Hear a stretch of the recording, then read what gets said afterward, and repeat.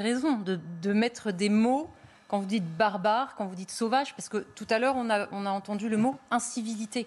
Mais incivilité, c'est trop faible, parce que de quoi on parle là? On parle de meurtre, on parle de vol, on parle de viol, on parle de trafic.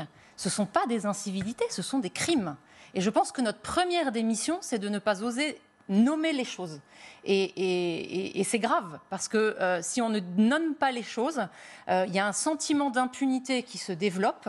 Et je pense que c'est l'articulation, bien sûr, entre ministère de l'Intérieur et ministère de la Justice. Parce que quand on sait qu'aujourd'hui, il y a des gens qui sont condamnés, qui n'effectuent pas leur peine, ou qui sont libérés plus tôt que prévu, etc., se pose la question, on va dire, de l'armada juridique à mettre en œuvre, à questionner, à réactualiser pour mettre fin à ces violences barbares dont vous parlez. Parce qu'on n'ose pas non plus, comme vous le disiez tout à l'heure, on n'ose pas faire une recherche de cause, parce qu'il y a des tabous sur les causes de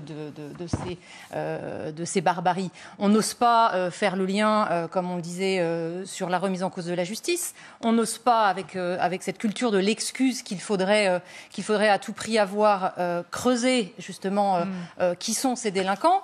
On ne parle pas de l'immigration, parce que surtout, c'est un tabou de faire un lien entre immigration et délinquance. Voilà, et toutes ces questions-là, il faut les mettre sur la table, sinon on n'y arrivera pas.